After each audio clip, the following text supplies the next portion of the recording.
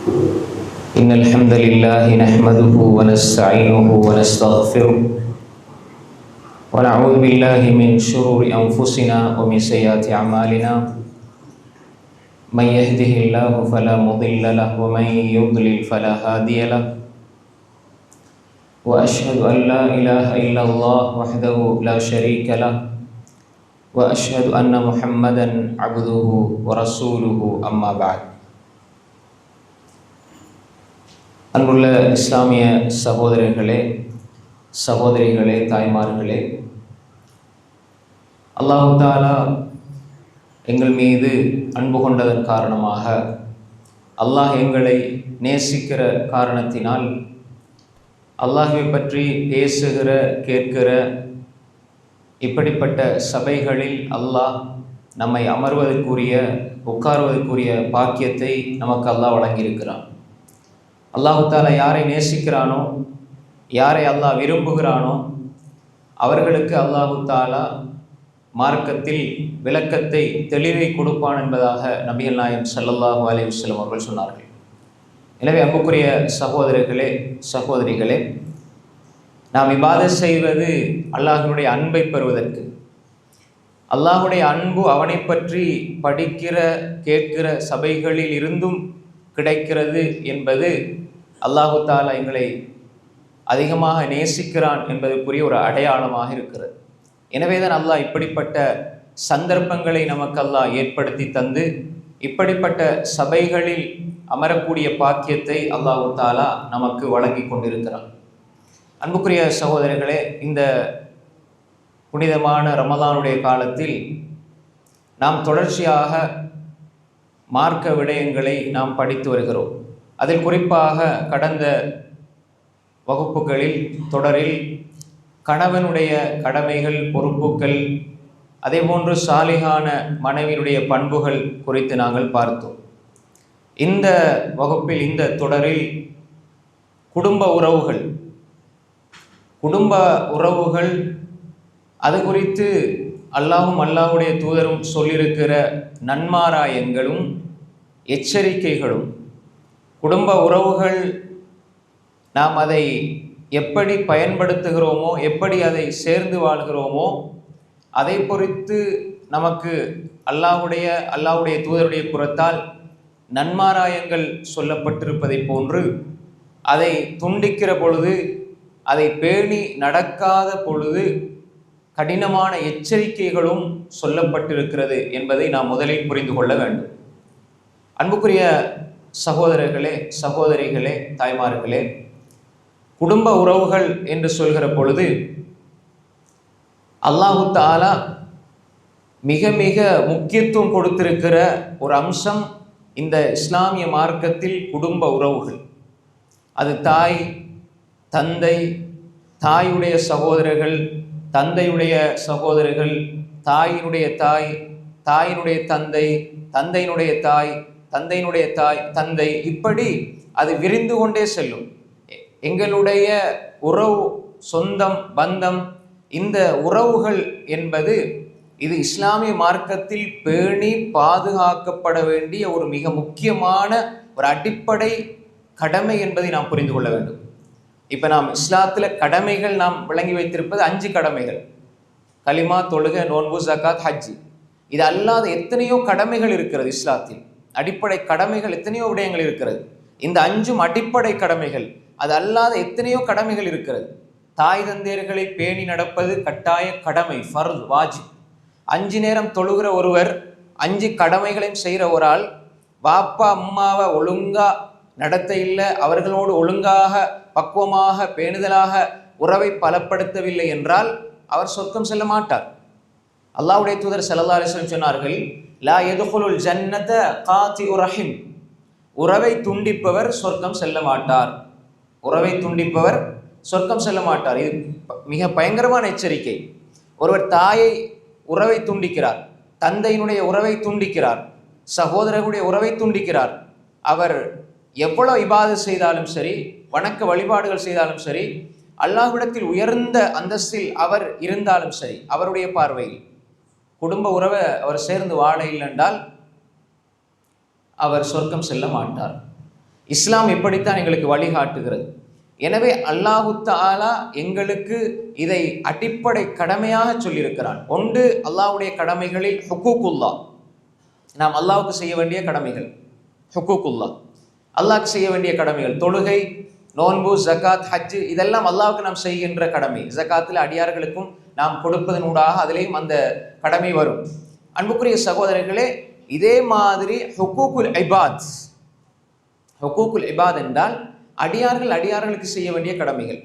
அல்லாஹ்வுடைய விடயத்தில் நாம் தொழுகிறோம், நோன்பு வைக்கிறோம், ஜகாத் கொடுக்கிறோம், அல்லாஹ்வுக்காக ஜகாத் கொடுக்கிறோம். இது அல்லாஹ்வுக்கு நாம் செய்கிற கடமை. அது அடியார்களோடு சம்பந்தப்படுது, அடியார்களுக்கு நாம் கொடுத்தே தீர வேண்டும். அப்போ அதே மாதிரி ஹஜ்ஜு, இப்படி வணக்கங்கள் அல்லாஹ்வுக்காக செய்கிறோம். இதில் குறைபாடுகள்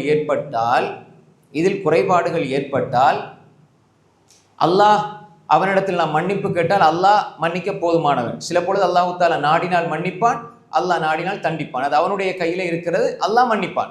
ஆனால் ஹுக்கூக்குல் இபாதுடைய விஷயத்தில், அடியார்களுக்கு செய்ய வேண்டிய விடயத்தில் முதன்மையானது பெற்றோர்கள், குடும்ப உறவுகள். இப்ப இந்த விடயத்தில் ஒருவர் தீங்கிழைத்து விட்டால், ஒருவர் இந்த விடயத்தில் அநியாயம் செய்து விட்டால், குறித்த நபர் மன்னிக்காதவரை அல்லாஹு தஆலா மன்னிக்க மாட்டான். அதை நல்லா ஞாபகம் வச்சுக்கணும். தாய்க்கு அநியாயம் செய்து போட்டு, குடும்ப உறவுகளுக்கு அநியாயம் செய்து போட்டு, பிள்ளைகளுக்கு அநியாயம் செய்து போட்டு, இப்படி நாம் எங்களோடு இருக்கிற குடும்ப உறவுகளுக்கெல்லாம் அநியாயம் செய்துவிட்டு, பொதுவாக எல்லாருக்கும் யாருக்கு அநியாயம் செய்தாலும் அநியாயம், ஆனால் குறிப்பாக குடும்ப உறவுகள், இவர்களுக்கு அநியாயம் செய்துவிட்டு, இவர்களுக்கு ஏசிவிட்டு, இவருடைய மானத்தை மரியாதையை போக்கிவிட்டு அல்லாஹ்விடத்தில் நாம் எவ்வளவு மன்னிப்பு தேடினாலும் அல்லாஹு தஆலா குறித்த நபர்கள் மன்னிக்காதவரை அல்லாஹ் மன்னிக்க மாட்டான். அல்லாஹ் மன்னிப்பது அல்லாஹுக்கு ஹராம். அல்லாஹ் தான் அதை சொல்றான். அல்லாஹ்க்கு ஒன்று ஹராம் என்று அல்லாஹ்க்கு ஒன்று கிடையாது. ஆனால் அல்லாஹ் தனக்குத்தான் ஒன்றை வைத்துக் கொள்வான். எப்படி? யா இபாதி இன்னி ஹர்ரம்து துல்ம அலா நஃப்ஸி, என்னுடைய அடியார்களே, நான் பிறருக்கு அநியாயம் செய்வதை என் மீது ஹராமாக்கி கொண்டேன். ஹதீஸுல் குதுசி, அபூதர் ஜுந்திப் இப்னு ஜுனாதா ரலியல்லாஹு ரிவாயத் செய்கிறார்கள், முஸ்லிமிலே பதிவாக இருக்கிறது. இன்னி ஹர்ரம்து துல்ம அலா நஃப்ஸி, அடியார்களே, நான் உங்களுக்கு அநியாயம் செய்வதை என் மீது ஹராமாக்கி கொண்டேன். அப்ப அல்லாஹ்க்கு ஹராம் ஒன்று கிடையாது, அல்லாஹ் இதை செய்யக்கூடாதுன்னு கிடையாது, அல்லாஹ் நினைச்சதை செய்வான். ஆனால் அல்லாஹ் விரும்பி தனக்கு ஒரு ஹராத்தை, ஒரு தடையை வைத்திருக்கிறான். நான் யாருக்கும் அநியாயம் செய்ய மாட்டேன். ஹர்ரம்து துல்ம அலா நஃப்ஸி வஜஅல்து பைனக்கும் முஹர்ரமன் ஃபலா ததாலமு, அதை நான் உங்களுக்கு மத்தியிலும் ஹராமாக ஆக்கி வைத்திருக்கிறேன். எனவே நீங்கள் ஒருவருக்கொருவர் அநியாயம் செய்து கொள்ளாதீர்கள் என்று அல்லாஹு தஆலா சொல்கிறான். இது ஹதீஸுல் குதுசி, முஸ்லிமில் வர ஹதீஸ். எனவே அன்புக்குரிய சகோதரர்களே, நாம் தெளிவாக இருக்க வேண்டும். ஒரு குறித்த அடியான் மன்னிக்காதவரை அல்லாஹு தஆலா மன்னிக்க மாட்டான். ஒருவருக்கு ஒருவர் கடன் கொடுக்கணும். இப்ப கடனை எடுத்து போட்டு அவர் கொடுக்க இல்லை, ஒரு ஷஹீத் வெட்டப்பட்டு அவருடைய முதலாவது சொட்டு ரத்தம் கீழே பூமியில படுறதுக்கு முன்னாலேயே அவருடைய எல்லா பாவங்களும் மன்னிக்கப்படும். ஆனால் இல்ல தைன், கடனை தவிர என்று சொன்னாங்க ஸல்லல்லாஹு அலைஹி வஸல்லம். அவர் ஷஹீதா மரணிச்சாலும் சரி, சஜிதாவில் மரணிச்சாலும் சரி, மிம்பரில் மரணிச்சாலும் சரி, அவர் எந்த நிலையில் மரணித்தாலும் ஒருவருக்கு கடன் கொடுக்கணும் என்றா அவர் மன்னிக்காதவரை அல்லாஹ் அவரை மன்னிக்க மாட்டான். அன்புக்குரிய சகோதரர்களே, இதெல்லாம் ஹுக்கூக்குல் இபாதோடு சம்பந்தப்பட்டது. இதில் பிரதானமானது குடும்ப உறவுகள். அல்லாஹு தஆலா படைப்பினங்களை படைத்த பொழுது, லம்மா ஃபரகல்லாஹு அல் ஹல்க், படைப்பினங்களை எல்லாம் படைத்து முடித்த பொழுது, காமத்திர் ரஹிம், குடும்ப உறவு அப்படியே எழும்பி அல்லாஹ்வோடு பேசுகிற செய்தி சஹீஹுல் புகாரியிலே பதிவாகி இருக்கிறது. குடும்ப உறவு எழும்பின உடனே ஒரு ரிவாயத்தில் வருது எலும்புச்சின்னு, இன்னொரு ரிவாயத்தில் வருது அல்லாஹ்வுடைய அர்ஷ் அதனுடைய ஒரு காலை பிடித்த வண்ணம் அப்படியே எழும்புச்சு. சஹீஹுல் புகாரியில் வருது. அப்ப அல்லாஹ் என்று கேட்கிறான். என்ன என்று கேட்ட பொழுது அந்த குடும்ப உறவு அல்லாஹ்வோடு பேசுகிற செய்தியை அல்லாஹ்வுடைய தூதர் சொல்லி இருக்கிறார்கள், ஸல்லல்லாஹு அலைஹி வஸல்லம் புகாரி பதிவு இருக்கிறார்கள். அப்ப குடும்ப உறவு எழும்பினோடனே அல்லாஹ் கேட்கிறான், என்ன திடீர்னு எழும்புகிறாயே, எல்லா படைப்பினங்களையும் படைச்சு முடிச்ச உடனே முதலாவது எழும்பி குடும்ப உறவு அல்லாஹ் இடத்துல பேசு. அப்ப அல்லாஹ் கேட்டான், ஏன் எழும்புகிறாய்? ஹாதா மகாமுல் ஆஇது பிக மினல் கதிஆ, யா அல்லாஹ், உறவை துண்டிக்கிறதுல இருந்தும் பாதுகாப்பு தேடியவனாக நான் எழும்பி நிற்கிறேன். அப்படின்னா அந்த உறவே சொல்லுது, என்னை யாரும் துண்டிக்க கூடாது, அப்படி துண்டிப்பதிலிருந்து நான் பாதுகாப்பு தேடித்தான் நான் எழும்பி நிற்கிறேன் என்று சொன்ன பொழுது அல்லாஹு தஆலா அந்த குடும்ப உறவிடம் சொன்னான், அலா தர்தைன அன் அஸ்ஸில மன் வஸலகி அன் அக்த மன் கதஅகி, யாரெல்லாம் உன்னை சேர்ந்து வாழ்கிறார்களோ, யாரெல்லாம் உன்னை சேர்ந்து வாழ்கிறார்களோ அவரோடு நான் சேர்ந்து வாழ்வேன். யாரெல்லாம் உன்னை துண்டித்து விடுவார்களோ அவர்களுடைய உறவை நானும் துண்டித்து விடுவேன். அது உனக்கு சந்தோஷம் தரவில்லையா என்று குடும்ப உறவிடத்தில் அல்லாஹு தாலா கேட்ட பொழுது குடும்ப உறவு அதை ஏற்றுக்கொள்கிறது. அப்பொழுது அல்லாஹு தாலா சொல்கிறான், கால ஃபதாக், அது அவ்வாறுதான். யாரெல்லாம் குடும்ப உறவை சேர்ந்து வாழ்வார்களோ அவர்களை அல்லாஹ் சேர்ந்து நடப்பான். யார் குடும்ப உறவை துண்டித்து விடுவார்களோ அவர்களை அல்லாஹ் துண்டித்து விடுவான். அல்லாஹு தாலா துண்டித்து விடுவான். அப்ப நீங்க குடும்ப உறவை சேர்ந்து வாழ்கிற பொழுது அல்லாஹ் அவன் உங்களோடு சேர்ந்து வாழ்வான்.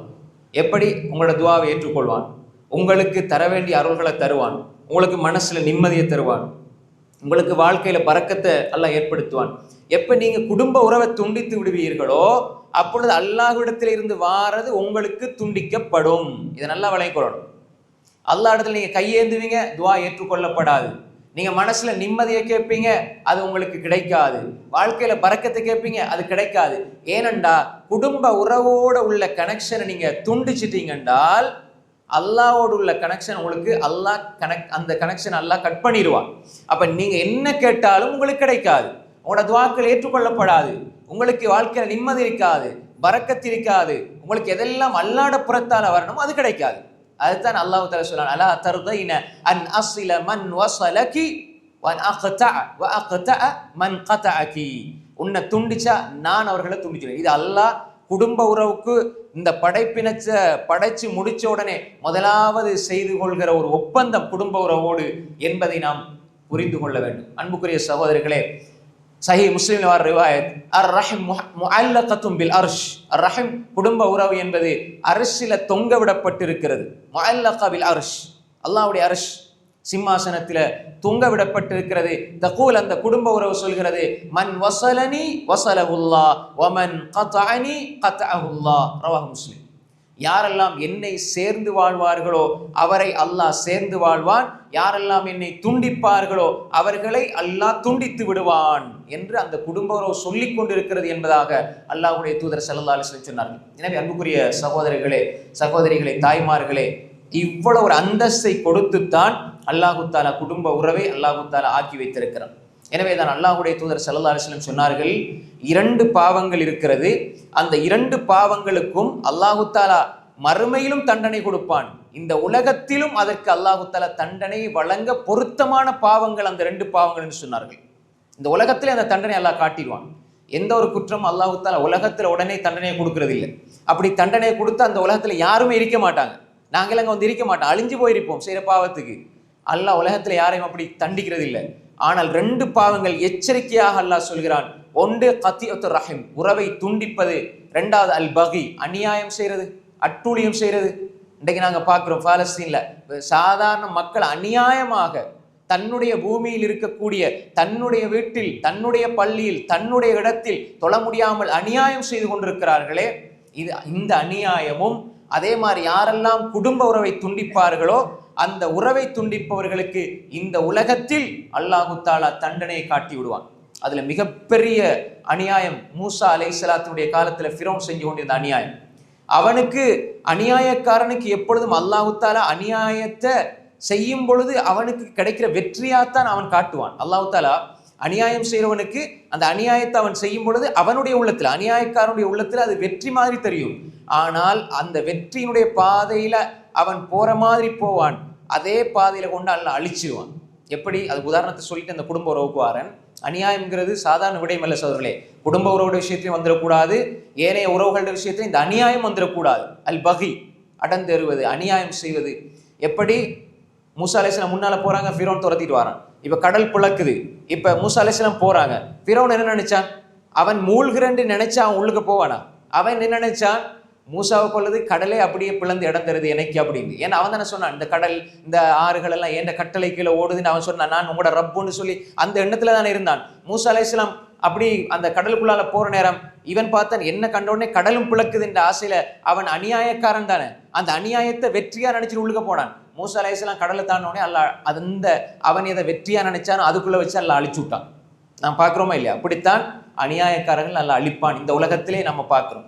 அதே மாதிரி தான் இந்த குடும்ப உறவு என்பது. எப்பொழுதெல்லாம் நாம் துண்டிச்சு துண்டிச்சு துண்டிச்சு நாங்க மட்டும் வாழ்ந்தா போதும், நாங்க சம்பாதிச்சா போதும், எங்களுக்கு யாரும் தேவையில்லை, எங்களோட காசு எங்களோட பணம் இது இருந்தா போதும் என்று யாரெல்லாம் நினைச்சு வாழ்வாங்களோ, எங்களுக்கு உம்மா வேணாம், எங்களோட வாப்பா வேணாம், எங்களோட தம்பி வேணாம், தங்கச்சி வேணாம், எங்களுடைய பெரியம்மா சின்னம்மா சாச்சா பெரியப்பா யாரும் வேணாம், நான் நினைச்ச மாதிரி வாழ்வேன், காசு இருக்குது. அந்த திமிர்ல குடும்ப உறவை யாரெல்லாம் துண்டித்து வாழ்வார்களோ அவர்களுக்கு இந்த உலகத்திலே தண்டனை கொடுக்கப்படும் என்பது ரசூல் ஸல்லல்லாஹு அலைஹி வஸல்லம் சொல்லியிருக்கிறார்கள். அந்த 2 பயங்கரமான குற்றத்தில் இதுவும் ஒன்று. எனவே அன்புக்குரிய சகோதரர்களே, இது ஆதரவுபூர்வமான செய்தி. எனவே அன்புக்குரிய சகோதரர்களே, நாம் தெளிவாக விளங்கிக் கொள்ள வேண்டும். முதலாவதாக, குடும்ப உறவு சேர்ந்து வாழ்ந்தால் அல்லாஹ் சேர்ந்து வாழ்வான். இது மிகப்பெரிய நன்மாராயம். நீங்கள் துண்டித்தால் அல்லாஹ் துண்டித்து விடுவான். மிகப்பெரிய எச்சரிக்கை. இந்த 2 விடயங்களையும் குடும்ப உறவுடைய விஷயத்திலே நாம் முதலாவதாக புரிந்து கொள்ள வேண்டும். இரண்டாவதாக அன்புக்குரிய சகோதரர்களே, குடும்ப உறவை பற்றி அல்லாஹு தஆலா சொல்கிற பொழுது அல்லாஹ் குர்ஆனிலே தன்னுடைய தௌஹீதுக்கு அடுத்தபடியாக, என தௌஹீத் அல்லாஹ்வை ஒருமைப்படுத்துவது என்பது அல்லாஹ்வுக்கு செய்ய வேண்டிய கடமைகளில் முதன்மையானது. இரண்டாவது, குடும்ப உறவுகளுக்கு செய்ய வேண்டிய விடயங்கள் அது ஹுக்கூக்குல் இபாத், அடியார்களுக்கு செய்ய வேண்டிய கடமைகளில் முதன்மையானது. எனவே அல்லாஹு தஆலா 2ஐயும் சொல்கிற பொழுது, முதலாவது அல்லாஹ்வை நீங்கள் ஒருமைப்படுத்தி தௌஹீத் செய்யுங்கள், குடும்ப உறவை பேணிக் கொள்ளுங்கள். வஅபுதுல்லாஹ வலா துஷ்ரிகு பிஹி ஷைஅன் வபில் வாலிதைனி இஹ்சானா வபிதில் குர்பா. நீங்க அல்லாஹ் வணங்குங்க, அல்லாஹ்வுக்கு யாரையும் இணை வைக்காதீங்க, பெற்றோருக்கு உபகாரம் செய்யுங்க, குடும்ப உறவுகளை சேர்ந்து வாழுங்க, அல்லாஹு தஆலா சொல்கிறார். அப்ப அல்லாஹ்வை ஒருமைப்படுத்திய தௌஹீத்வாதி ஒரு முஸ்லிம், ஒரு முஃமின் குடும்ப உறவுகளை சேர்ந்து வாழ்வான். இந்த அல்லாஹ்வுடைய கட்டளை அவன் எடுத்துக்கொண்டால் இந்த உலகத்திலும் வெற்றி பெறுவான், மறுமையிலும் வெற்றி பெறுவான். எனவே அன்புக்குரிய சகோதரர்களே, யாரெல்லாம் குடும்ப உறவை துண்டித்து வாழ்வார்களோ, பூமியில் அட்டூழியம் செய்வார்களோ, ஃபசாது செய்வார்களோ, யார் பூமியில ஃபசாது செஞ்சு துண்டிப்பார்களோ இவர்களுக்கு அல்லாஹ்வுடைய லஅனத் இருக்கிறது. எப்படி குடும்ப உறவை சேர்ந்து வாழ்ந்தால் வெற்றி இருக்கிறதோ, அல்லாஹ்வுடைய அருள் இருக்கிறதோ, யார் பூமியில ஃபசாது செய்து குடும்ப உறவுகளை துண்டித்து வாழ்வார்களோ அவர்களுக்குரிய எச்சரிக்கை, அவர்களுக்கு அல்லாஹ்வுடைய சாபம் இருக்கிறது. அல்லாஹ் எப்படி குடும்ப உறவை சேர்ந்து வாழ்ந்தால் அல்லாஹ்வுடைய ரஹ்மத்தை ஒரு நன்மாராயமா சொல்றானோ, அதுபோன்று குடும்ப உறவை துண்டிக்கிறவர்களுக்கு அல்லாஹ் தஆலா அவருடைய லானத்தை எச்சரிக்கையாக சொல்லுகிறான். எனவே அன்புக்குரிய சகோதரர்களே, இந்த குடும்ப உறவு விஷயத்திலே நாம் தெளிவாக எங்களுடைய சிந்தனை எடுத்துக்கொள்ள வேண்டும். நாம் இதை சர்வசாதாரணமாக நினைத்து விடக்கூடாது. அல்லாஹ் தஆலா குடும்ப உறவை இவ்வளவு முக்கியத்துவம் கொடுத்து சொல்லுகிறானே, இதில் முதன்மையானவர்கள் யார்? குடும்ப உறவுனா யார்? அவர்களை எப்படி சேர்ந்து வாழ வேண்டும்? அப்படி சேர்ந்து வாழ்கிற பொழுது வாழ்க்கையில் கிடைக்கிற பரக்கத்துகள் என்ன? முதலாவது விளங்கிக் கொள்ளுங்க, குடும்ப உறவு என்று சொன்னால் அதில் முதன்மையானவர்கள். இப்ப நாம் பிர்ருல் வாலிதைன், தாய் தந்தைக்கு உபகாரம் செய்வது என்பது தனியான ஒரு தலைப்பு. ஆனால் குடும்ப உறவுகள் என்று சொல்கிற பொழுது முதலாவது இடத்தில் இருப்பவர்கள் தாய் தந்தை. முதலாவது இடத்தில் இருப்பவர்கள் தாய் தந்தை. அதிலும் குறிப்பாக தாயுடைய விஷயத்துல ஒரு மனிதன் அவனுடைய நாவை, அவனுடைய உள்ளத்தை சரியாக வைத்துக் கொள்ள வேண்டும். வார்த்தைகள் சி என்று சொல்லிவிடக்கூடாது. நம்ம அடிக்கடி கேள்விப்படுறது சி என்று சொல்லிவிடக்கூடாது. அந்த வார்த்தை இதற்கு மேலால் ஒரு முஃமின் இந்த வார்த்தை இதற்கு மேலால் பேசவே கூடாது. அப்ப என்ன அர்த்தம் என்றால், சீன்னு கூட ஒரு மனிதனுக்கு சாதாரணமா ஒரு விஷயத்தை தரும் பொழுது இதையா செஞ்சீங்க சி அப்படின்னு சொல்லிடக்கூடாதுண்டா வேறு வார்த்தைகளை பயன்படுத்த இயலாது.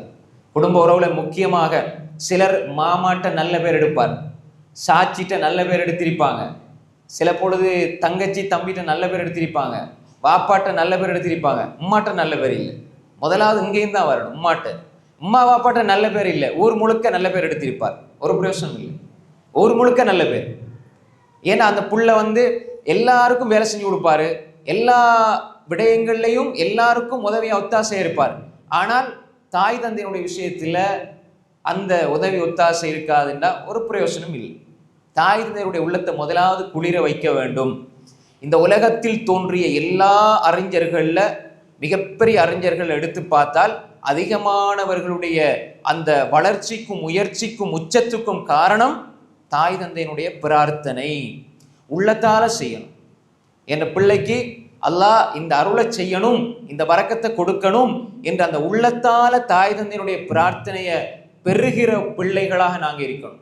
5 நேர தொழுகையை தொழுகிற மாதிரி ஒவ்வொரு நாளும் தாய்க்காக தந்தைக்காக பிரார்த்திக்கக்கூடிய பிள்ளைகளாக இருக்கணும். அன்புக்குரிய சகோதரர்களே, சகோதரிகளே, தாய்மார்களே, தாயினுடைய இடத்துக்கு உலகத்தில் யாரும் வர முடியாது. தாய் அது அல்லாஹ்வுடைய தூதர் கொடுத்த அந்தஸ்து. தாய் என்ற அந்த அந்தஸ்து இருக்கிறதே, குடும்ப உறவுகள் எல்லா உறவுகளிலும் நீங்கள் முதன்மையாக வைக்க வேண்டிய உறவு அதுதான். அல்லாஹ்வுடைய தூதர் ஸல்லல்லாஹு அலைஹி வஸல்லம் இடத்துல ஒரு மனிதர் வந்தார். வந்து கேட்டார், அல்லாஹ்வுடைய தூதர் அவர்களே, மன் அஹப்புன் நாஸ் பிஹுஸ்னி ஸஹாபதி, நான் இந்த உலகத்தில் இருக்கிற எல்லா உறவுகளிலும் மிக நெருக்கமாக இருப்பதற்கு, மிக நெருக்கமாக நெருங்கி இருப்பதற்கு மிக அருகதையுடையவர் யார் என்று சொன்ன பொழுது அல்லாஹ்வுடைய தூதர் ஸல்லல்லாஹு அலைஹி வஸல்லம் சொன்னார்கள், உம்முக்கன்னு சொன்னாங்க. அப்ப அந்த மனிதர் 2வது ஒரு ஆள் ரசூலுல்லாஹ் சொல்லுவாங்க தானே, அந்த 2வது ஒரு ஆள் யார்? தும்மமன். ரசூலுல்லாஹ் ஸல்லல்லாஹு அலைஹி வஸல்லம் சொன்னாங்க 2வது இடத்திலும் உம்முக்க, 3வது சும்மமன் சும்ம உம்முக்க, 4வது யார்? அபூக்க என்று சொன்னாங்க ஸல்லல்லாஹு அலைஹி வஸல்லம். சஹீஹ் புகாரில் வருது. அன்புக்குரிய சகோதரர்களே, 100ல் 75% அந்த அந்தஸ்தும் அன்பும் பாசமும் நேசமும் நெருக்கமும் அது தாய்க்கு கொடுக்கணும். தாய்க்குத்தான் நாம் கொடுக்க வேண்டும். தாய் உயிரோடு இருந்தாலும் மரணித்தாலும் தாயை ஒரு பொழுதும் ஒரு முஃமின் மறந்து விட மாட்டான். தனக்கு பிரார்த்தனை செய்வதை விட தனது தாய்க்காக பிரார்த்தனை செய்வான். தன்னுடைய விடயங்களை விட, ஏன் தாய்க்காக அதிகமாக துவா செய்ய அவனுக்கு அதை விட அதிகமாக மலக்குமாருடைய துவா கிடைக்குது. அன்புக்குரிய சகோதரர்களே, சாதாரண ஒரு மனிதனுக்கு நாங்கள் துவா செஞ்சாலே எங்களுக்கு மலக்குமார் துவா கிடைக்குதுண்டா, பெற்ற தாய் எங்களை வளர்த்து ஆளாக்கிய தாய்க்காக பிரார்த்தனை செய்கிறோம்டா அல்லாஹ்வுடைய அன்பு கிடைக்கிறது, அல்லாஹ்வுடைய அருள் கிடைக்கிறது, அல்லாஹ்வுடைய மலக்குகளுடைய பிரார்த்தனை கிடைக்கிறது. எவ்வளவு பெரிய பாக்கியம்! ஏன் ரசூலுல்லாஹ் அப்படி சொன்னாங்க? உம்முக்க உம்முக்க உம்முக்க. தாயினுடைய தியாகத்தை இந்த உலகத்தில் யாரும் செய்ய முடியாது.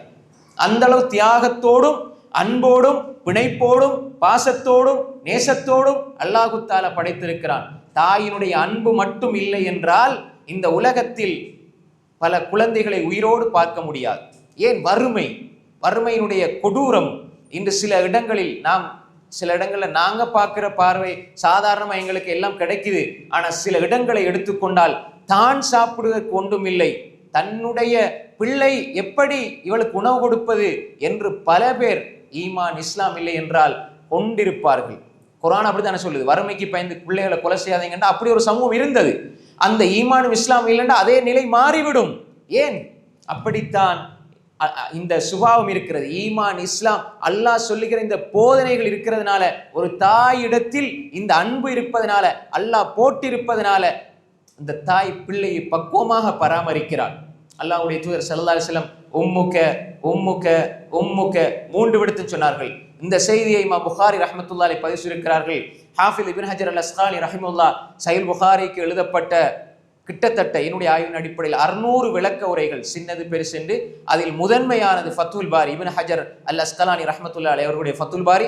அதில் இந்த ஹதீஸுக்கு விளக்கம் எழுதுகிற பொழுது கால இப்னு பத்தால் ரஹிமஹுல்லாஹ், புகாரியினுடைய மிகப்பெரிய விரிவுரையாளர் இமாம் இப்னு பத்தால் ரஹ்மத்துல்லாஹி அலைஹி சொல்கிறார்கள், அல்லாஹ்வுடைய தூதர் ஏன் தெரியுமா இப்படி 3 விடுத்தம் தாய் தாய் தாய் என்று சொன்னார்கள்? தாய், முதலாவது தாய் ஒரு பிள்ளையை 10 மாசம் கருவறையிலே சுமப்பது அது தந்தையால் முடியாது, தாயால் மட்டும்தான் முடியும். அந்த இடத்துல தாய் மட்டும் தனித்து விளங்குகிறார்.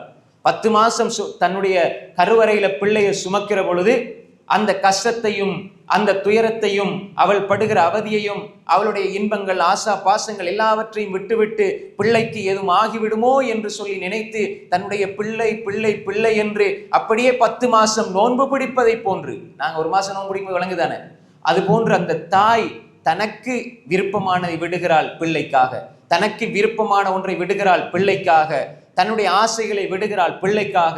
இந்த 10 மாசமும் ஒரு பிள்ளைக்காக. அதே 10 பிள்ளைகள் பெற்றால் அன்புக்குரிய சகோதரர்களே, ஒரு 15, 20, 30 வருஷத்துக்கு முன்னால போய் பாருங்க, தாய்மார்கள் அப்படித்தான் பெற்றெடுத்தார்கள். ஒரு 40 வருஷத்துக்கு முன்னால போய் பாருங்க, அதிகமா 6, 8, 10 பிள்ளைகள். அன்புக்குரிய சகோதரர்களே, அப்படி 10 மாசம் சுமக்கிறாள். கஷ்டத்துக்கு மேல் கஷ்டம், உடல் பலவீனம், இப்படியான எல்லா நிலைகளிலும் அந்த பிள்ளைக்காக தனது ஆசைகளை விடுகிறாள். இந்த இடத்தில் தாய் மட்டும்தான், தந்தை அல்ல, தாய் மட்டும்தான் சிரமப்படுகிறாள். இரண்டாவது, தாய் பிள்ளையை பெற்றெடுக்கிற பொழுது ரசூலுல்லாஹி சும்ம உம்முக், இரண்டாவது இடத்தில் தாய் அந்த பிள்ளையை பெற்றெடுக்கிற பொழுது அந்த பிரசவ வலி இருக்கிறதே, அதை தாய் மட்டும் தாங்கிக் கொள்கிறாள். அந்த வலி மரணத்துக்கு அதனுடைய அகோரம் நமக்கு தெரியாது. ஆனால் இந்த உலகத்தில் ஒரு தாய் சொல்லுகிற வார்த்தை மீண்டும் ஒரு வாழ்க்கை கிடைப்பதை போன்று, மரணித்து மீண்டும் ஒரு பிறப்பு கிடைப்பதை போன்று என்று சொல்வார்கள். மரணத்துக்கு அப்படி ஒப்பிட முடியாது. அப்படி அந்த உவமையை கடினமாக சொல்வார்கள். அவ்வளவு ஒரு வலி, அவ்வளவு வேதனை. அந்த பிரசவ வலியை ஆண் சுமப்பதில்லை, ஆணுக்கு அது தெரியாது. அதை சுமக்கிறாள் பெண் தான். இரண்டாவது உம்முக், அது ஆணுக்கு கிடையாது, இரண்டாவதும் தாய் தான். மூன்றாவது, பிள்ளையை பெற்றெடுத்தால் அந்த பிள்ளைக்கு பால் ஊட்டுவது அது தந்தையால் முடியாது. பொட்டிப்பால் அல்ல, தாய்ப்பால், அது ஆரோக்கியமானது. வல்வாலிதாத் யுர்திஅன அவுலாதஹுன்ன ஹவுலைனி காமிலைனி லிமன் அராத அன் யுதிம்ம ர்ரதாஅ. தாய் தான் 2 வருஷம் பால் ஊட்டுகிறாள். அப்ப அந்த பால் ஊட்டுவதிலும் தாய், மூன்றாவது இடத்திலும் தாய் தான். இந்த மூன்றையும் ஆண்களால் செய்ய முடியாது. முடியுமா? முடியாது. நாலாவது, வளர்க்கிற விஷயத்துல தாயும் தந்தையும் ஒன்றாக சேர்ந்து விடுவார்கள். சும்ம அபூக, இதை இமாம் இப்னு பத்தால் ரஹ்மத்துல்லாஹி அலைஹி அவர்கள் விளக்கமாக சொல்கிறார்கள். எனவே அன்புக்குரிய சகோதரர்களே, சகோதரிகளே, தாய்மார்களே, நாம் தெளிவாக புரிந்து கொள்ள வேண்டும். இந்த 3 இடத்திலும், முதலாவது இந்த 3 இடத்திலும் தாய், நான்காவது அந்த வளர்க்கிற விடயத்தில தந்தை. அப்ப எனவே நாம் விளை கொள்ள வேண்டும், தாயினுடைய அந்தஸ்து, தாயினுடைய பெருமதி இவ்வளவு என்பதை நாம் இந்த இடத்திலிருந்து புரிந்து கொள்ள முடிகிறது. அதே போன்றுதான் அன்புக்குரிய சகோதரர்களே, தாயினுடைய விடயத்தில் நாம் எங்களுடைய வார்த்தைகள், எங்களுடைய பேச்சுக்கள், எங்களுடைய நடத்தைகள், எங்களுடைய செயல்பாடுகள் எல்லாவற்றையும் சரியாக நாங்கள் வைத்துக் கொள்ள வேண்டும். எப்படி இப்ப இந்த தாயினுடைய பெருமதியை, எங்களுடைய தாயினுடைய பெருமதியை அல்லாஹ்வுடைய தூதர் எங்களுக்கு இப்படி சொல்லி தந்திருக்கிறாங்களே, இப்ப நாம் தாயோடு எப்படி நடந்து கொள்ள வேண்டும், தாயோடு எப்படி நம்முடைய உறவுகளை வைத்துக் கொள்ள வேண்டும், தாய்க்காக நாம் அவர்களுடைய ஆசைகள், அவர்களுக்கு என்ன ஆசை இருக்குதோ ஹலாலான ஆசைகளை நிறைவேற்றி கொடுக்க வேண்டும். இதுதான் அந்த அவர்களோடு உள்ள உறவை நாம் சேர்த்து கொள்வது, சேர்ந்து வாழ்வது. தாயினுடைய ஆசைகளை நிறைவேற்றி கொடுக்க வேண்டும், ஹலாலான ஹாஜத்துகளை நிறைவேற்றி கொடுக்க வேண்டும். தாயினுடைய விடயங்கள், தாய் சொல்லுகிற கட்டளைக்கு அடிபணிந்து நடக்க வேண்டும். தாய்க்கு நாம் திட்டிவிடக்கூடாது, ஏசிவிடக்கூடாது. அவர்களுடைய உள்ளம் நோகுகின்ற, உள்ளம் நோவினைப்படுகிற அளவு நடந்துவிடக்கூடாது. எல்லா நிலையிலும் தாய் தந்தையினுடைய பிரார்த்தனையை நாங்கள் பெற்றுக்கொள்ள வேண்டும். தாய் தந்தையர்களுக்காக நாங்கள் அதிகமாக பிரார்த்தனை செய்ய வேண்டும். தாய் சொல்லுகிற விடயங்களுக்கு செவி சாய்க்க வேண்டும். குறிப்பாக தாய்க்கு நாங்கள் உதவி ஒத்தாசைகளை, காசு பணம் கொடுக்கறது மட்டுமல்ல, நாங்கள் சில தாய்மார்கள் உங்களோட காசு, உங்களோட பணத்தை விட நீங்கள் 4 நிமிஷம் 5 நிமிஷம் ஒரு நாளைக்கு பேசுவதை எதிர்பார்ப்பார்கள். சிலர் பேசுறதுக்கு டைம் இல்லை, ஆனால் காசை மட்டும் அக்கௌண்ட்ல போட்டுட்டிருப்பாங்க. இதில் என்ன பிரயோசனம் இருக்குது? உங்களுடைய பேச்சுக்கள், என்னுடைய பிள்ளையுடைய பேச்சு, என்னுடைய பிள்ளையினுடைய அந்த ஓசை நான் காதில் கேட்க வேண்டும் என்று தாய் ஏங்கிக் கொண்டிருப்பாள். நீங்கள் கொடுக்கிற 10,000 1 லட்சத்தை விட 5 நிமிடம் நீங்கள் பேசுவதுதான் அந்த தாயினுடைய உள்ளத்தை மகிழ்விக்கும், குளிர வைக்கும். ஆனா சில பொழுது நாங்க தாளை கொடுத்துட்டு, காசை கொடுத்துட்டு இருப்போம், ஆனா பேச்சு இல்லை, ஒன்றுமில்லைன்னா அந்த தாயினுடைய அந்த மகிழ்ச்சி, சந்தோஷத்துக்கு நாங்கள் காரணமாகவில்லை. நாங்க அந்த தாயை நோவினை செய்த குற்றத்துக்கும் சில பொழுது ஆளாயிடுவோம். காசு கொடுப்போம், பணம் கொடுப்போம், ஆனா அவர்களோடு அன்பாக ஒரு 5 நிமிஷம் பேச இல்லை, 10 நிமிஷம் பேச இல்லை, அவர்களுக்கு டைம் கொடுக்கவில்லை என்றால் நாங்க ஒரு வழியில் அவர்களுடைய உள்ளத்தை காயப்படுத்துகிறோம். புள்ள போய் கேட்டா, அவனோட புள்ள எப்படி இருக்கிறார்? புள்ள மாஷா அல்லாஹ் எனக்கு எல்லாம் செஞ்சு தராரு, நல்ல வீடு கட்டி தந்திருக்கிறாரு, நல்ல முறையில என்ன பாத்துக்கிறாரு, நல்ல ஏசி எல்லாம் போட்டு தந்திருக்கிறாரு, அதே மாதிரி எல்லாம் காசெல்லாம் கரெக்டா அனுப்பிடுவாரு, பெருநாளைக்கு உடுப்பெடுத்து தருவாரு, எல்லாம் செய்வாரு. ஆனா அவரோட பேசிய 4 மாசமா போகுது, 5 மாசமா போகுது. அன்புக்குரிய சகோதரர்களே, இதுவும் மின் உகூகில் வாலிதைன், பெற்றோர்களை நோவிப்பதில் இருந்தும் உள்ளது. அதாவது ஹக்கு வேற, ஐன் வந்தா என்ன? நோவிக்கிறது, தாய் தந்தையர்களை நோவிப்பது. அவங்க சொல்ல மாட்டாங்க, ஆனா உள்ளத்தால் நொந்து கொண்டிருப்பார்கள். இந்த பிள்ளை பேச மாட்டானா, பேச மாட்டானா, பேச மாட்டானா என்று எதிர்பார்த்திருப்பார்கள். என்னமா இந்த வீட்டுல ஆண்களும் தான் பெண்களும் தான், சகோதரிகள், தாய்மார்கள், வீட்டில் வேலைம்மா, பிஸிம்மா, நான் சமைக்கணும், மாப்பிள்ளைக்கு அது செய்யணும், பிள்ளைகளுக்கு அது செய்யணும், டைம் இல்லைம்மா, டைம் இல்லைம்மா, டைம் இல்லைம்மா. சில சகோதரிகள் கிளாஸுக்கெல்லாம் போவாங்க, தையல் கிளாஸுக்கு போவாங்க, அதே மாதிரி வந்து அந்த சமைக்கிற கிளாஸுக்கு போவாங்க, அங்கே போவாங்க இங்கே போவாங்க, எல்லா இடத்துக்கும் போவாங்க. இது ஃபர்ல் அல்ல, இதுக்கு போறதுக்கு 5 மணித்தியாலம் செலவழிப்பாங்க. 2 நிமிஷம் தாயோட பேச மாட்டாங்க, கேட்டா பிஸி. இது பிஸி இல்ல, இது நீங்கள் இந்த வகுப்புக்கு போறது ஃபர்ல் இல்ல. உங்களோட தாயை நோவிக்கிறீங்களே, இது ஹராம். தாய் தந்தைகளுக்கு அநியாயம் செய்கிறீர்கள், தாய் தந்தைகளை நோவிக்கிறீர்கள், இது தண்டனைக்குரிய குற்றம். நீங்க எந்த கோர்ஸ் போனாலும் சரி. இதுக்கு ஒரு உதாரணம் நான் அடிக்கடி சொல்ல உதாரணம் தான். ஹைவா இப்னு ஷுரை ரஹ்மத்துல்லாஹி அலைஹி உரை நிகழ்த்தி கொண்டிருக்கிறார். இந்த மாதிரி எங்கட இவ்வளோ மக்கள் அல்ல, இவ்வளோ பிரம்மாண்டமான மக்கள், அதுவும் சாதாரண மக்கள் அல்ல, பெரும் ஹதீஸ் துறை அறிஞர்கள், முஹத்திஸல் ஃபகீஹ், பெரும் அறிஞர்களுக்கு பாடம் நடத்தியிருந்தார் ஹைவா இப்னு ஷுரை ரஹ்மத்துல்லாஹி அலைஹி. இமாம் துர்துஷி எழுதுகிறார்கள் ரஹ்மத்துல்லாஹி அலைஹி, ஹைவா இப்னு ஷுரை ரஹ்மத்துல்லாஹி பாடம் நடத்தி இருக்கிற பொழுது பெரும் முஹத்திஸ்கள், பெரும் ஃபகீஹ்கள், உலமாக்கள் எல்லாம் அப்படி கூடி இருக்கிற பொழுது அவர் பாடம் நடத்தியிருந்தார். ஒரு வயசான கிழவி பின்னால் அப்படியே வந்தாங்க, வந்து சொன்னாங்க, ஹைவான்னு கூப்பிட்டாங்க. என்ன அப்படின்னு கேட்டார். கோழிக்கு தான், நான் வளர்க்குற கோழியை திறந்து விட்டு இருக்கிறேன், ஓடி போய்த்து அதுக்கு சாப்பாடு வைன்னு சொல்லிட்டு போயிட்டாங்க. இவர் பாடம் நடத்திட்டு இருந்தார். பெரிய பெரிய ஃபகீஹ், முஹத்திஸ்கள், முஃபஸ்ஸிர்கள் இருக்கிறாங்க, பெரும் ஜாம்பவான்கள் ஷரியா துறையில, அவர்களுக்கு பாடம் நடத்திருக்கிற பெரிய அறிஞர் இவர் என்ன செய்யறாரு, ஒரு வயசான கிழவி வந்து சொல்றார், கோழிக்கு சாப்பாடு வாங்கினோன்னு இவர் வகுப்பு நடத்திட்டு இருந்தால் ஓடி போயிட்டார். ஓடி போய்த்து கோழிக்கு சாப்பாடு போட்டுட்டு வந்து பயான் பண்ண ஆரம்பிக்கிறார். மக்கள் எல்லாம் வியப்போட பாக்குறாங்க. அப்ப சொன்னாரு, நான் போனது வந்து கோழிக்கு தீன் வைக்க போனேன் தானே, வந்த கிழவி யார் தெரியுமா, வயசான பெண் யார் தெரியுமா, அது என்னுடைய தாய் சொன்னா கோழிக்கு தீனியை போட சொல்லி நான் ஓடி போய் தீனியை போட்டு வந்தேன். இதை விட அதுதான் எனக்கு முக்கியம், ஃபர்த். தாய்க்கு கட்டுப்படுறது கட்டாய கடமை. ஓடி போயிட்டு நான் தீனியை போட்டு வந்தேன், அது என்னுடைய தாய் என்று சொன்னார்கள். இதை விட நாங்க பிஸியா? நாங்க தேங்காய் தருவுறதுல அல்லது வெங்காயம் வெள்ளைப்பூடு வெட்டுறது, இந்த பிஸியில நாங்க சொல்ல மாட்டோம்மா பிஸி. இவங்க புகாரி, முஸ்லிம், திர்மிதி, நசாய், இப்னு மாஜா, அபூ தாவூத், தாரகுத்னி, தபரானி, பைஹகி, இப்படியான கிரந்தங்கள், தஃப்சீர் தபரி, இப்னு கஸீர், குர்துபி, பைலாவி, இப்படி தஃப்சீர்கள் இதை படிச்சு கொடுத்து கொண்டிருந்தாங்க, விட்டுட்டு போனாங்க. அன்புக்குரிய சகோதரிகளே, நாம் தெளிவாக விளங்கிக் கொள்ள வேண்டும். சும்மா சின்ன காரணங்களை சொல்லி தாயோடு பேசாமல், நான் இதை கவலையோடு சொல்லேன். சில தாய்மார்கள் சொல்லுவாங்க, அவ எல்லாம் படிப்பா, அவளுக்கு தஃப்சீர் தெரியும், ஹதீஸ் தெரியும், ஃபிக்ஹ் தெரியும், ஆனா என்னோட பேச மாட்டா. ஏன் காரணம்டா, நான் பிஸிம்மா. என்ன பிஸி? அன்புக்குரிய சகோதரர்களே, ரசூல் ஸல்லல்லாஹு அலைஹி வஸல்லம், சஹாபாக்கள், தாபிஈன்கள், தபா தாபிஈன்கள், அல்லாஹ்வுக்கும் அல்லாஹ்வுடைய தூதருக்கும் கட்டுப்பட்டு நடப்பவர்கள் பெற்றோர்களுடைய விஷயத்தில் மிக கவனமாக இருப்பார்கள். அன்புக்குரிய சகோதரர்களே, தாய் அதை எடுத்தால் அப்படியே அந்த பகுதி நீண்டு கொண்டே செல்லும். அதே மாதிரி தான் தந்தையினுடைய விடயத்திலே குடும்ப உறவுகளில் முதன்மையான தாய், இரண்டாவது தந்தையினுடைய உணர்வுகளை புரிந்து கொள்ள வேண்டும். தந்தையை பார்த்தா, சிறிய பிள்ளைகள் இருக்கிறீர்கள், வயது முதிர்ந்தவர்கள், அதே மாதிரி வயது ஒரு 40-50 வயசுல உள்ள இருக்கிறீங்க, 60 வயசுல பேரப்பிள்ளை கண்டவங்களாம் இருப்பீங்க. அனுபவத்தோட பல அறிவு, என்னை விட கூடுதலான அறிவு உங்களுக்கு இருக்கும். ஆனால் நான் பார்த்த சில விடயங்களை குர்ஆன் ஹதீஸோடு சேர்த்து சொல்கிறேன். தந்தையை பொறுத்தவரையில் பேசவே மாட்டாங்க. அது நான் சொன்னேன், நேற்று சொன்ன மாதிரி தான். ஒரு 25-30 வயசு வந்து குடும்ப சுமை வந்து 3 பிள்ளைகளை பார்த்து அப்படி 3 பிள்ளைகளை வளர்க்குற நிலைமை வந்தா அவர் பேசுறதுக்கு அவருக்கு இயலாது. ஏன் பேசுறதுக்கு இயலாதுன்னா, எப்பயுமே யோசிச்சிருப்பார், எப்பயுமே ஒரு வகையான டென்ஷன்ல இருப்பார். சில பொழுது அவருக்கு ஒவ்வொருத்தருடைய நேச்சர், சுபாவம் வித்தியாசப்படும். ஆனா அவங்களுடைய எண்ணங்கள் எல்லாம் என்ன தெரியுமா, என் பிள்ளை நல்லா இருக்கணும், என் மனைவி நல்லா இருக்கணும், இந்த பிள்ளைகளை வளர்க்கணும், அந்த பிள்ளைகளுக்கு எல்லாம் வாங்கி கொடுக்கணும், அந்த பிள்ளைகளுக்கு நல்ல கல்யாணத்தை முடிச்சு கொடுக்கணும். அவர்களுடைய வாழ்க்கை 25 வயசு வரை தான். நீங்க பாக்குற இந்த மோட்டர் பைக் எடுத்துட்டு ஃபாஸ்டா போறது, அங்க போறது, பொடியமாரோட பிள்ளைகளோட சுத்துறது, அங்கன்னு பிள்ளைகள் போறாங்க தானே, இளைஞர்கள். ஹராம் இல்லைன்னா நம்ம தடுக்கவே கூடாது.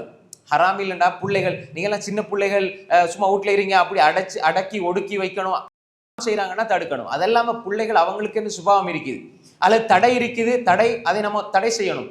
ஆனா பிள்ளைகளுக்கு ஒரு சுபாவம் இருக்குது, அதெல்லாம் எப்படி 25-27 வயசு வரைக்கும் தான். அதுக்கு பிறகு குடும்ப பொறுப்பு வந்துட்டால், ஒரு பிள்ளையை அவங்க பெற்றெடுத்துட்டால் அவர்கள் வாழ்க்கையை அப்படியே மாத்திடுவாங்க, லைஃப் ஸ்டைலே மாறிடும். அன்புக்குரிய சகோதரிகளே, ஒரு தந்தை 30, 40, 50, ஒரு ஆண் அப்படி அந்த வயசுகள் வருகிற பொழுது தனக்காக வாழ்வதை விட தன்னை நம்பி 4 பேர் இருக்கிறார்கள் என்றுதான் நினைப்பார்களே தவிர தனக்காக வாழ்வது கிடையாது. நீங்க வாப்பா அம்மா நீங்க பார்த்திருப்பீங்க, என்னை விட அனுபவத்துல கூட உங்களுக்கு இருக்கும்.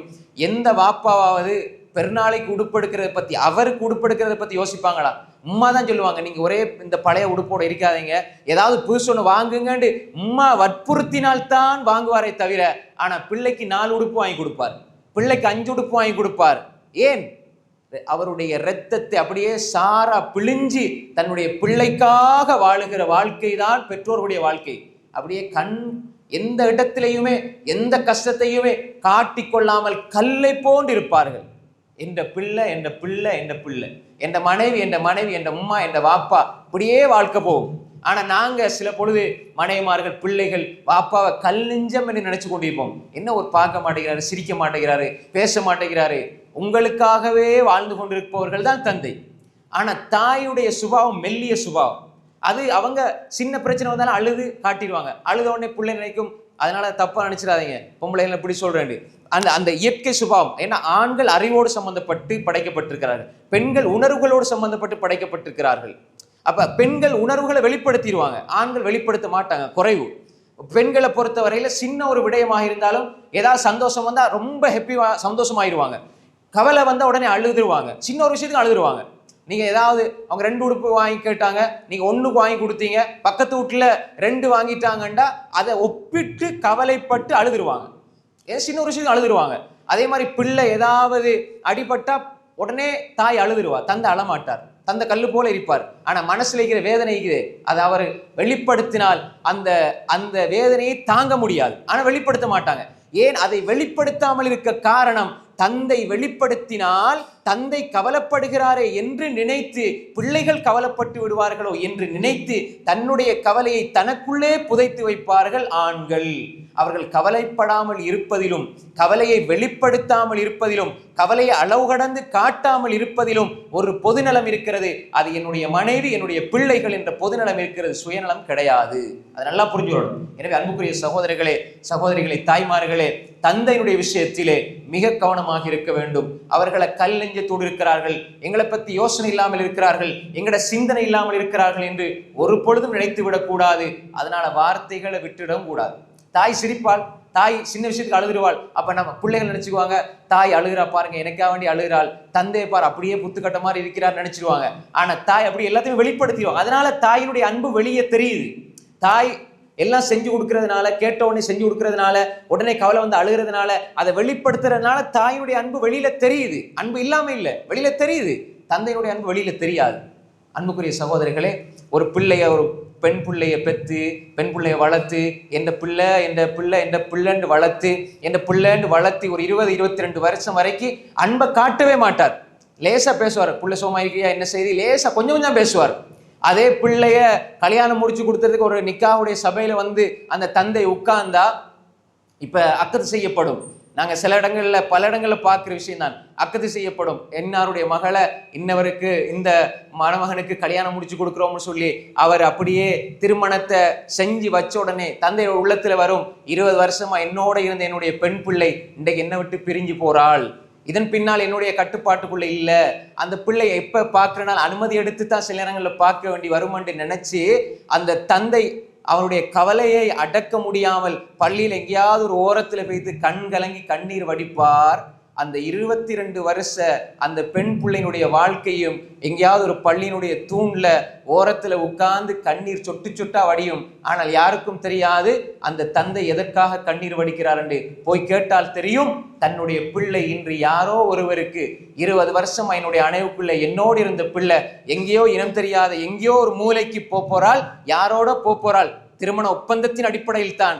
ஆனா இதற்கு பின்னால என்னுடைய பிள்ளை என்னோட இருப்பாளா என்ற கவலை அங்கே வெளிப்படும். இப்படித்தான் தந்தைமார்கள். ஆனா அந்த கண்ணீர் கூட அது பள்ளியோடு முடிந்து விடும், வீட்டுல தெரியாது. சந்தோஷமா அனுப்பி வைப்பாங்க, போயிட்டு வாமா, நல்லபடி வாழுமா அப்படின்னு.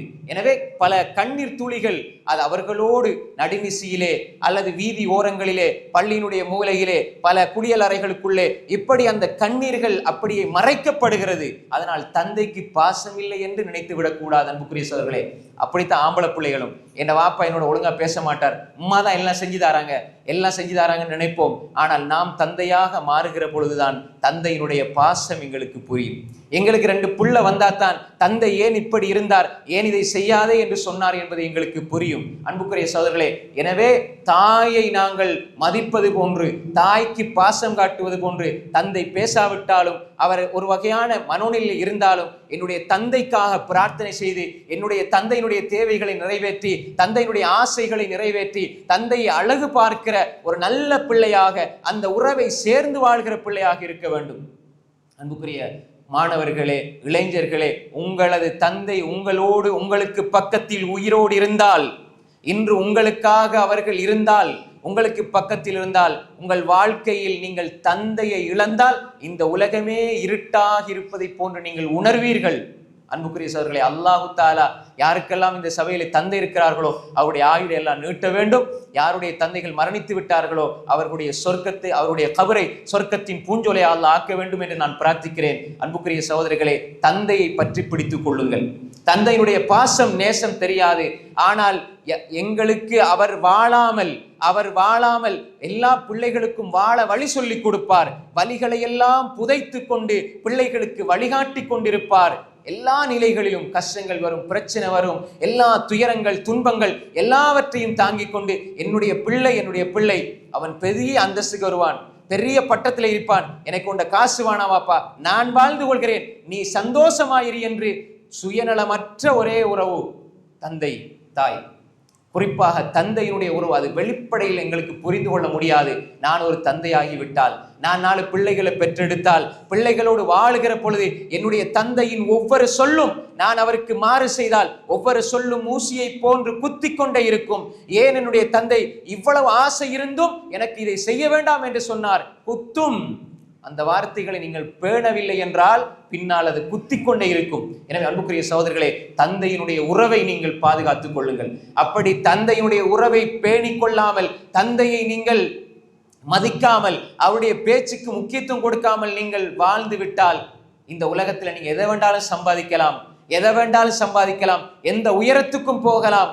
ஆனால் தந்தையினுடைய அந்த அன்பும் அரவணைப்பும் அவரை நீங்கள் பேணிக் கொள்வதும் தான் சுவர்க்கத்தின் நடுவாயில் அதை துறக்க முடியும். அல்வாலிது அவ்ஸத்து அப்வாபில் ஜன்னா, சுவர்க்கத்தின் நடுவாயில் தந்தை என்று அல்லாஹ்வுடைய தூதர் ஸல்லல்லாஹு அலைஹி வஸல்லம் சொன்னார்கள்.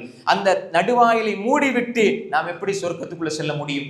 அன்புக்குரிய சகோதரர்களே, எனவே தந்தையினுடைய உறவை பேணிக் கொள்ள வேண்டும். அதே மாதிரி தான் எங்களோடு இருக்கிற ஏனைய சொந்த பந்தம், எங்களுடைய சின்னமா சாட்சி, தாயினுடைய சகோதரி, தாயினுடைய சகோதரர்கள், தாயினுடைய தந்தை, தாயினுடைய தாய், இப்படி தந்தையினுடைய தாய் தந்தை, இப்படி இவர்களுடைய எல்லா உறவுகளுடைய விஷயத்திலும் நாம் மிக மிக மிக கவனமாக இருக்க வேண்டும். எந்த உறவையும் துண்டித்து விடக்கூடாது. ஒருவேளை தாய் தந்தை அவர்களோடு கோபத்தில் பேசாமல் இருப்பாங்க, அப்படி இருக்கவே கூடாது. எந்த பிரச்சனையையும் நாங்கள் பெருசாக எடுக்கக்கூடாது.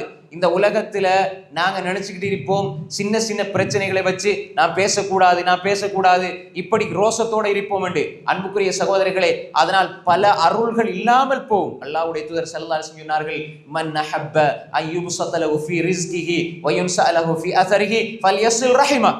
உலகத்துல ஒரு மனிதன் எதிர்பார்க்கிறது 2 பெரிய எதிர்பார்ப்புகள். அந்த 2 நன்மாராயத்தையும் அல்லாஹ்வுடைய தூதர் சொன்னார்கள். யார் குடும்ப உறவை சேர்ந்து வாழ்கிறார்களோ அவர்களுக்கு அல்லாஹ் 2 விஷயத்தை கொடுப்பான்னு ஸல்லல்லாஹு அலைஹி சொன்னாங்க. யார் மன்னஹப்ப, யார் விரும்புகிறார், அய்யுப்ஸதலஹு ஃபீ ரிஸ்கி, அவருடைய வாழ்வாதாரத்துல பரக்கத் உண்டாகணும் நினைச்சால், எங்கட வாழ்வாதாரம் இருக்குதானே, எங்களுக்கு கிடைக்கிறதுல பரக்கத் வரணும், எங்களுக்கு கிடைக்கிற சம்பாத்தியத்துல பரக்கத் வரணும், எங்களுடைய வாழ்க்கையில பரக்கத் வரணும், எங்களோட வாழ்க்கையில நிம்மதி வரணும்.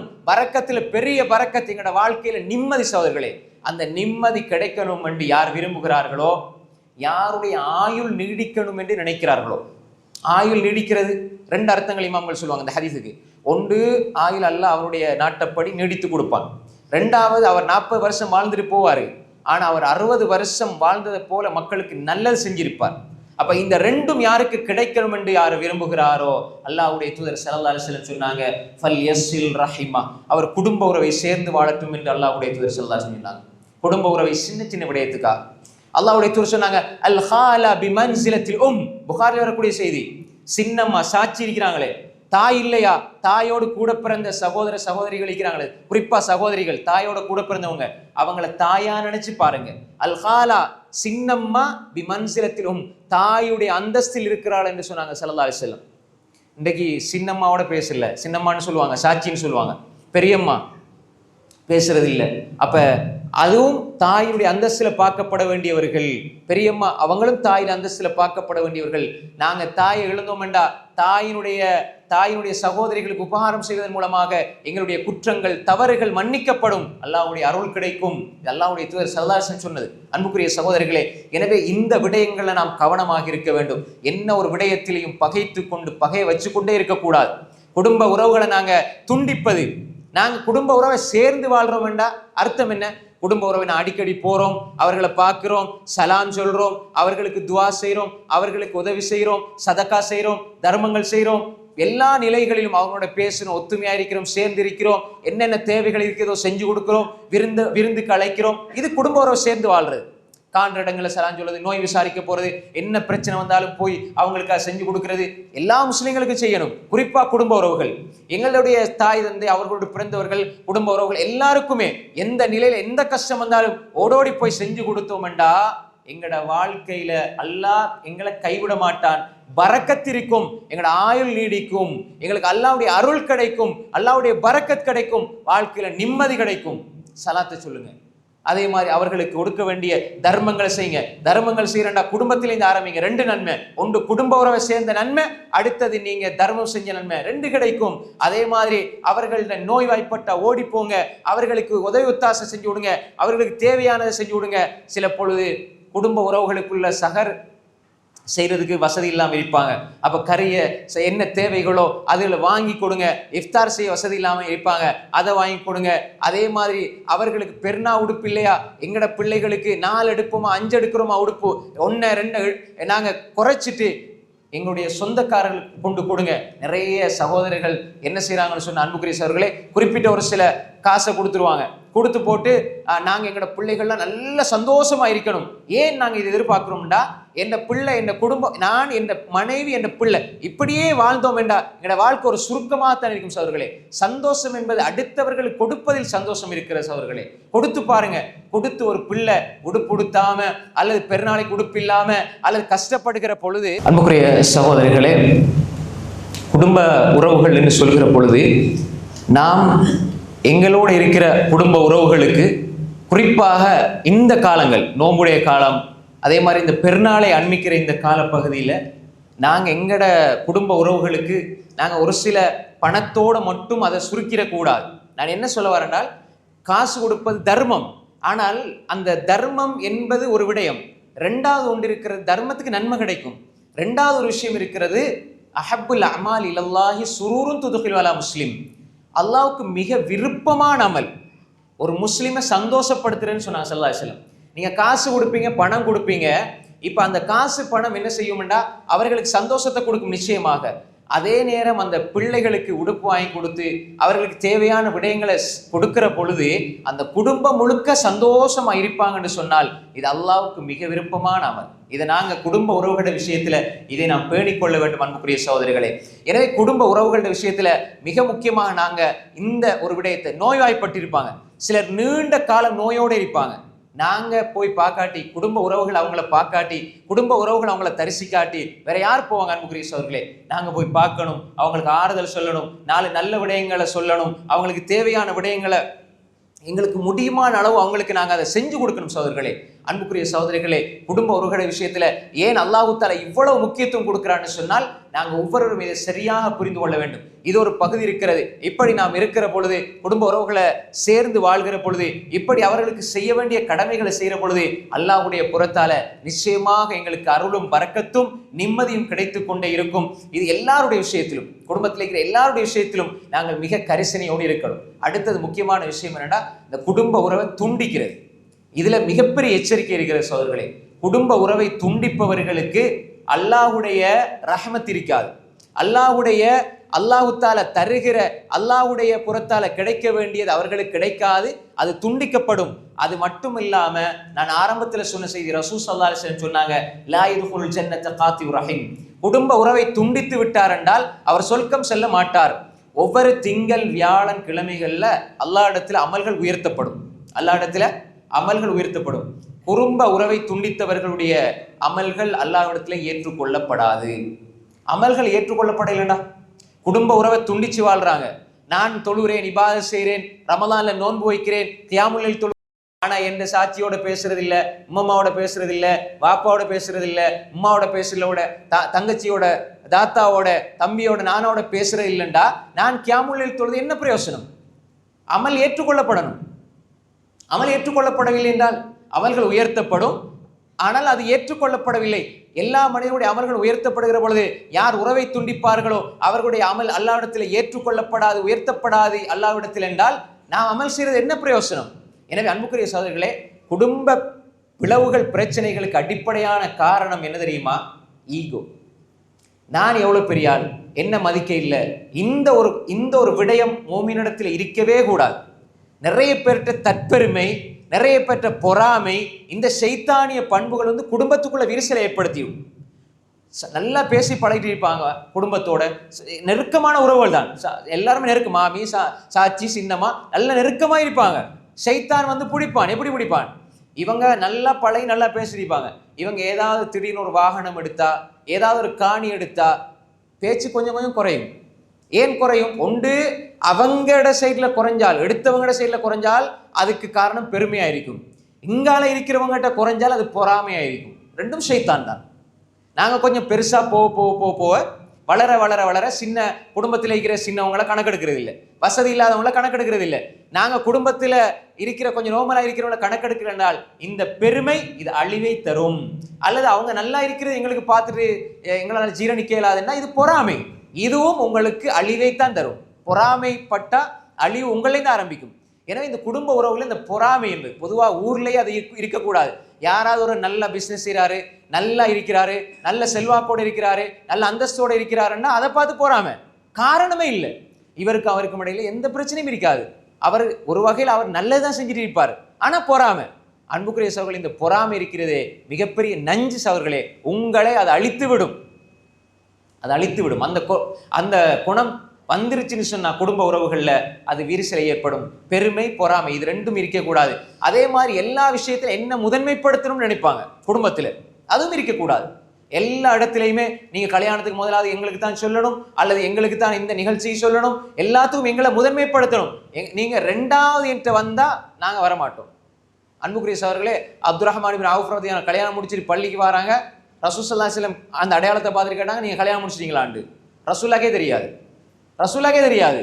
அப்ப ரசூலா என்ன சொல்லிக்கிறோம்? எனக்கு தெரியாம கல்யாணம் முடிச்சிருக்கீங்களா? இதுக்கப்புறம் இந்த பள்ளிக்கே வரக்கூடாதுன்னு இந்த காலத்துல இருந்தால். அன்புக்குரிய சகோதரர்களே, அல்லாஹ் பாதுகாக்கணும். ரசூலா சொன்னாங்க அவுலி வல விஷார், அப்படின்னா நீங்க ஒரு ஆட்டை கொண்டாவது சரி வலிமையாவா கொடுத்துருங்க அப்படின்ட்டாங்க. இதுதான் சகோதரிகளே, ரசூல் ஸல்லல்லாஹு அலைஹி வஸல்லம் கூட இந்த உலகத்துக்கு எல்லாருக்கும் ரஹ்மத்தாக அனுப்பப்பட்டவங்க கூட எதிர்பார்க்க இல்லை நீ என்ன கூப்பிடணும். நிறைய பிரச்சனைகள் மனக்கவலைகள் வாரதுக்கு அடிப்படை காரணத்துல ஒண்ணுதான் இந்த எதிர்பார்ப்பு, தேவையில்லாத எதிர்பார்ப்பு. என்ன மதிக்கணும், என்ன கண்ணியப்படுத்தணும், என்ன முதலாவது கூப்பிடணும். நீங்க அப்படியே ஒரு சர்வ சாதாரணமா வாழ்ந்து பாருங்க, நிம்மதியா வாழலாம். இது குடும்ப உறவுல வந்துருச்சுன்னு சொன்னால் சின்ன சின்ன விஷயங்களுக்கெல்லாம் குறை. இப்ப ரெண்டாவது போற வழியில முதலாவது ஒரு வீடிக்கு, ரெண்டாவது அவங்களோட வீடிக்கு போற வழியில சொல்லிட்டு போவோமே அப்படின்னா, எந்த தம்பிக்கு சொல்லிக்கிறீங்க ஃபர்ஸ்ட்டுக்கு, எனக்கு ரெண்டாவது சொல்லிக்கிறீங்க. நான் எவ்வளவு பெரிய ஆள், எனக்கு தான் நீங்க முதலாவது சொல்லணும். போற வழியில அவருக்கு சொன்னது முதலாவது, போற வழியில சொல்லிடுவோமே அப்படின்ட்டு, அதுக்கப்புறம் 3-4 வீட்டுக்கு போயிட்டு வரும்போது ராவாயிரும், திரும்பி வர கஷ்டம் அப்படின்னு சொன்னாலும் ஏன் சைத்தான், நான் எவ்வளவு பெரிய ஆள், எனக்கு தான் நீங்க முதலாவது சொல்லணும், நான் குடும்பத்துல மூத்தாள், எனக்கு தான் முதலாவது சொல்லணும். அன்புக்குரிய சகோதரர்களே, இந்த விடயங்களால குடும்பத்துல பிரிவு வந்துடக்கூடாது. இது வந்து விட்டால், குடும்ப வாழ்க்கையில இந்த மாதிரியான விடயங்கள் ஏற்பட்டு விட்டால் நாங்க தெளிவாக புரிந்து கொள்ளணும். அன்புக்குரிய சகோதரர்களே, எங்களோட வாழ்க்கையில பரக்கத்து இல்லாமல் ஆகிவிடும். மற்றவங்க எப்படி இருந்தா எங்களுக்கு பிரச்சனை இல்லை, மற்றவங்க எப்படி இருக்கிறாங்க, அவங்க எப்படி போறாங்க, அது எங்களுக்கு பிரச்சனை இல்லை. நாங்க இயலுமானோட நாங்க போகணும். ஈமான உணர்ந்தவங்க, ஈமானோட வாழ்றவங்க நாங்க போகணும். அன்புக்குரிய சகோதரர்களே, கவலைக்குரிய ஒரு விஷயம் என்னன்னு சொன்னால், இந்த சின்ன பிள்ளைகளுடைய உள்ளத்திலையும் சில தாய்மார்கள் நஞ்ச விதைக்கிற மாதிரி விதைச்சிருவாங்க. இவங்க ஏதாவது ஒரு 30 வருஷத்துக்கு முன்னுக்கு காணி பிரச்சனை இருக்கும், அல்லது ஏதாவது ஒரு கொடுக்கல் வாங்கல் பிரச்சனை இருக்கும். சொந்த நானாவும் தம்பியும் பேச மாட்டாங்க. 30 வருஷமா நானாவும் தம்பியும் பேசுறது இல்லை. நம்ம கண் கூட பார்க்குறோமா இல்லையா? சின்ன பிரச்சனை, சின்ன சின்ன பிரச்சனைக்கு. அப்படி நீங்க நானாவும் தம்பி பேசாம உறவை துண்டிச்சு நீங்க மௌத்தா போனீங்கண்டா லா யதுகுல் ஜன்னா, ரசூலுல்லாஹ் சொன்னதான் சொல்றேன் நான், நீங்க சொர்க்கம் செல்ல முடியாது, உங்களோட துஆக்கள் ஏற்றுக்கொள்ளப்படாது. எதுக்காக நீங்க பாய்ச்சீங்க?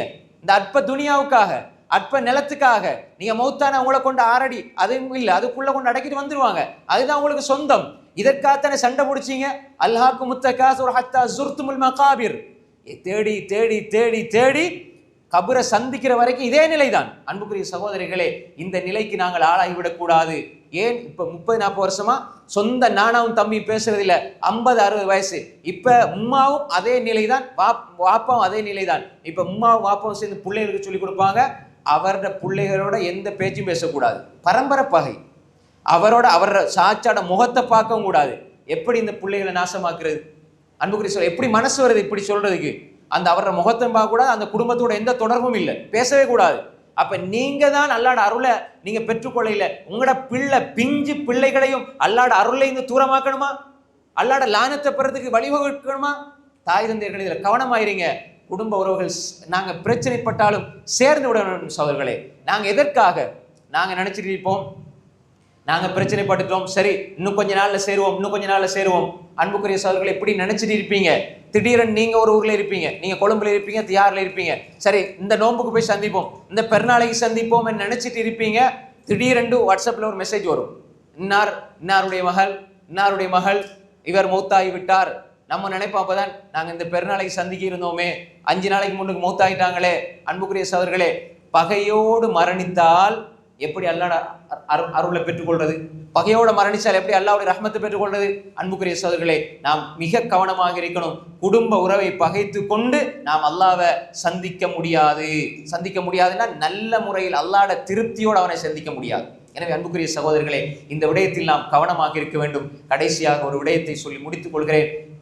மிக கவலைக்குரிய விஷயம் என்னென்றால், இந்த பரம்பரை பகை, சின்ன சின்ன விஷயங்களுக்கு பகை, இதை விட்டுவிடுங்க சகோதரர்களே. இது அற்ப துனியா. இந்த உலகத்துல எதையுமே நிரந்தரமா நீங்க நினைச்சிட்டு இருக்காதீங்க. இன்றைக்கோ நாளைக்கோ அடுத்த ரமலான் கிடைக்குமோ கிடைக்காது, எங்களுக்கு ஒன்றுமே தெரியாது சகோதரர்களே. சில போல இந்த பெருநாள் கிடைக்குமான்னு தெரியாது, யாருக்கு என்ன வருது இப்போ ஒன்றும் தெரியாது. திடீர்னு ஹார்ட் அட்டாக் மௌத்தா போறாங்க. ஆனா அவரோட பேசல, இவரோட பேசல. ஆனா ஊர்ல சொல்லுவாங்க அவர் நல்ல மனுஷர். ஆனா போய் கேட்டா தம்பியோட பேசுறதில்ல, தாத்தாவோட பேசுறதில்ல. பல வருட பகை.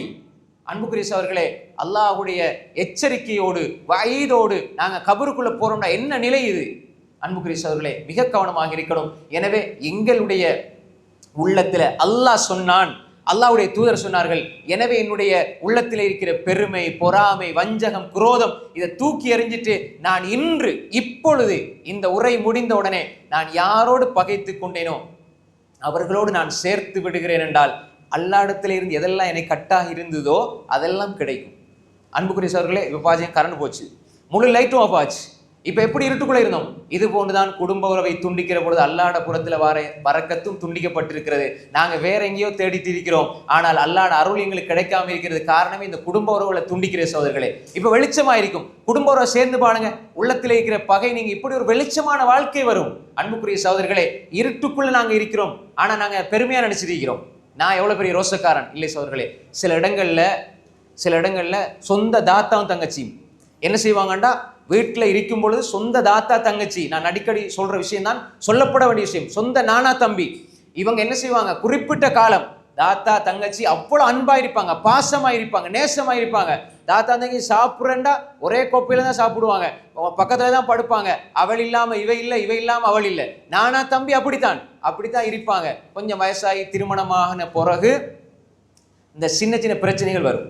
இவளுக்கு ஒரு புள்ள கிடைக்கும், அவளுக்கு ஒரு புள்ள கிடைக்கும். இந்த புள்ள 2 பேருக்கும் சண்டை வந்துடும். அப்புறம் இவர கணவன் வருவார், அவர கணவன் வருவார், 2 பேருக்கு மத்தியில சண்டை. இவருடைய கணவனுக்காக இந்த தங்கச்சி பேசுவாள், அதாவது தாத்தாவுடைய கணவனுக்காக தாத்தா பேசுவாள், 2 பேருக்கு மத்தியில சண்டை. 25 வருஷமா உன்னை முகத்தை பார்க்காம எனக்கு தூக்கமே வராதுன்னு சொன்னவங்க, உன்னை பார்க்காம எனக்கு தூக்கமே வராதுன்னு சொன்ன சொந்த தாத்தாவும் தங்கச்சியும், ஒரே கோப்பையில ஒன்னா சாப்பிட்ட சொந்த தாத்தாவும் தங்கச்சியும் 20 வருஷமா 10 வருஷமா பகை. எதற்காக? சின்ன பிள்ளைகளுக்காக, சின்ன குடும்பத்துல சின்ன பிரச்சனைக்காக, சின்ன காணி பிரச்சனைக்காக.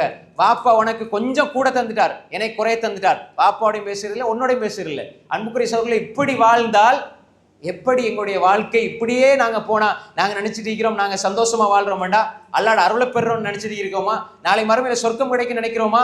இல்லை சகோதரர்களே, நாங்கள் இந்த கசப்புக்களை எல்லாம் தூக்கி எரிஞ்சிட்டு அல்லாஹ்வுக்காக நாங்கள் ஒன்று சேரணும்.